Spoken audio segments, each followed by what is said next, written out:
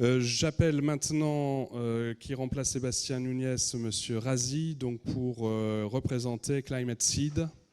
Alors Climate Seed, c'est donc une plateforme digitale qui met en relation, mais vous expliquerez ça mieux que moi, qui met en relation donc des porteurs de projets environnementaux et des collectivités notamment.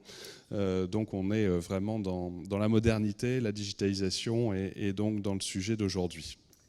Absolument. Bonjour à toutes et à tous. Merci à la Fondation pour cette invitation et nous donner l'opportunité de venir présenter Climate Seed, qui est une toute jeune entreprise. C'est une start-up qui est née le 9 novembre de l'année dernière.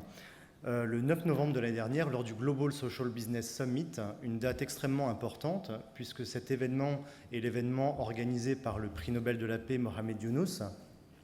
Et donc nous étions invités à lancer Climate Seed lors de cet événement, puisque nous sommes un social business. Nous sommes le premier social business lancé par la banque BNP Paribas.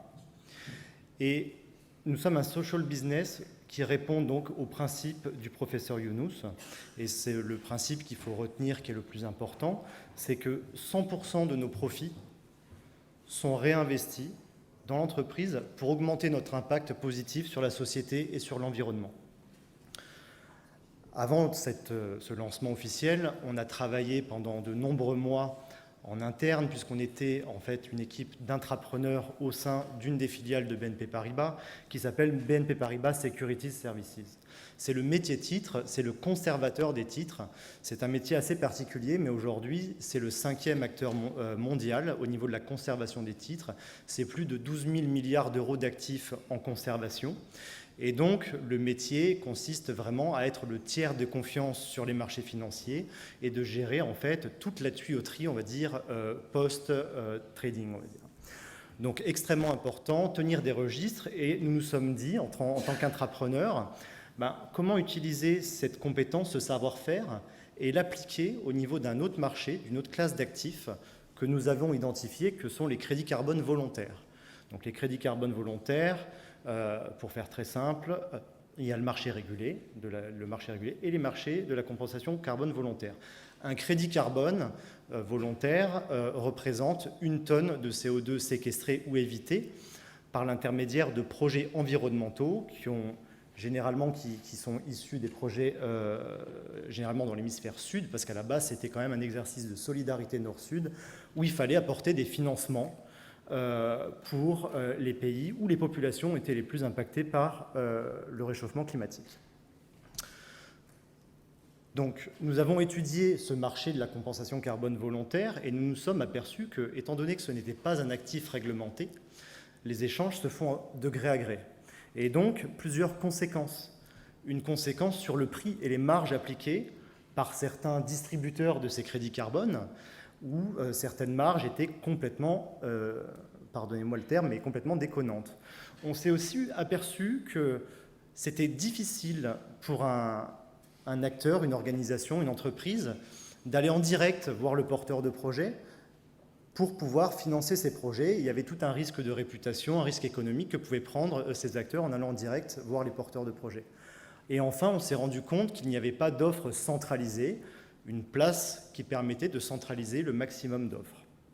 Donc nous avons créé Climate Seed, qui est une plateforme digitale, effectivement, qui met en relation des porteurs de projets d'un côté, et de l'autre côté, des organisations. Alors ça peut être des entreprises, mais pas que, ça peut être des fonds d'investissement également.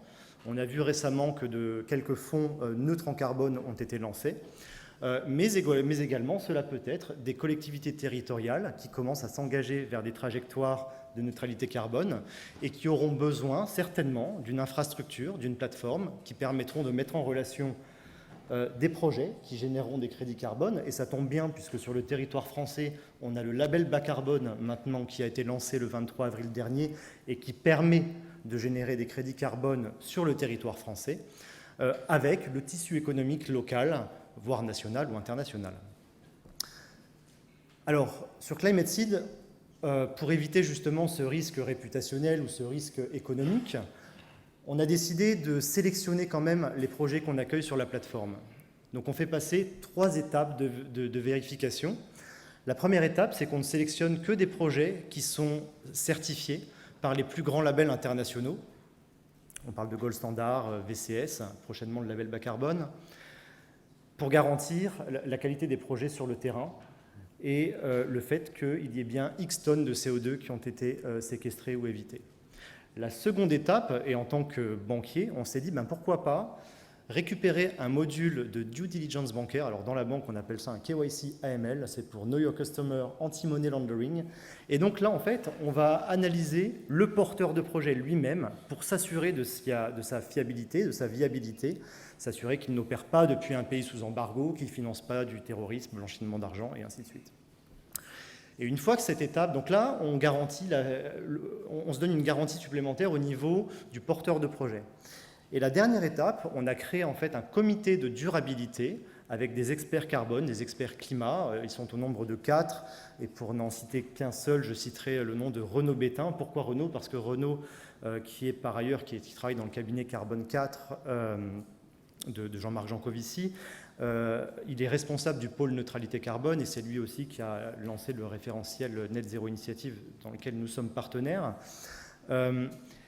Renaud a quand même 15 ans d'expérience sur ce marché de la compensation carbone volontaire et quand on lui a expliqué notre modèle, Renaud a souhaité soutenir cette initiative en nous disant que nous allons permettre de redonner les lettres de noblesse à ce marché de la compensation carbone volontaire. Ce comité de durabilité va faire un dernier check des projets, va rentrer en contact avec les porteurs de projets, les challenger, notamment sur des aspects liés aux co-bénéfices générés par les projets. Parce que ce qui est magique et ce qui est super dans ce mécanisme, c'est qu'au-delà d'acheter un crédit carbone volontaire, vous allez aussi financer des co-bénéfices liés aux objectifs du développement durable, puisque par exemple, un projet de foyer de cuisson amélioré, au-delà de générer un crédit carbone, va permettre aux enfants d'aller à l'école, aux femmes de développer une activité économique, globalement à améliorer l'air dans le foyer de la communauté. Voilà. Donc, ce sont les trois étapes pour qu'un projet soit onboardé sur la plateforme. Le comité de durabilité vote, oui ou non, on accepte un projet sur la plateforme. Aujourd'hui, nous avons à peu près 25-26 projets sur la plateforme. Ce sont des projets d'évitement ou de séquestration qui se répartissent un peu partout dans l'hémisphère sud et on commence à en avoir quelques-uns dans l'hémisphère nord. Et ça représente à peu près un peu plus de 12 millions de tonnes de CO2. La particularité de cette plateforme, c'est que nous donnons la possibilité aux porteurs de projets de valoriser leur projet. Ce n'est pas une plateforme de trading, il n'y a pas juste le prix, mais par contre, le porteur de projet va donner tout un tas d'informations qui pourront être repris par l'acheteur pour de la communication, du marketing, mais aussi pour être sûr du crédit carbone qu'il achète. La différence aussi avec le marché dit traditionnel, et une grande différence, c'est que Climate Seed n'achète pas de crédit carbone, donc ne négocie absolument rien avec le porteur de projet. Ce sont les porteurs de projet eux-mêmes qui fixent leur prix.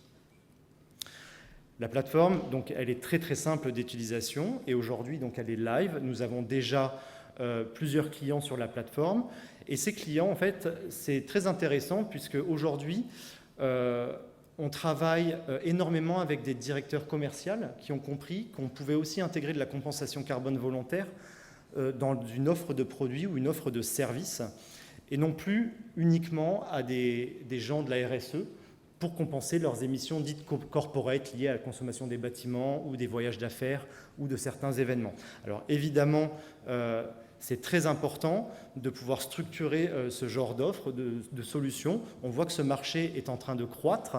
De plus en plus de clients nous sollicitent pour pouvoir justement intégrer cette compensation. Ce qu'il ne faut surtout pas oublier, c'est que nous accompagnons des clients qui, évidemment, et comme on l'a dit ce matin, sont dans une logique de mesure, de réduction et évitement et de séquestration. La séquestration, nous la voyons en parallèle des initiatives de réduction, pas forcément après, parce qu'on pense qu'on n'a plus le temps. Et pour être une entreprise responsable, nous pensons qu'il est important de pouvoir intégrer de la compensation carbone volontaire en parallèle des initiatives de réduction.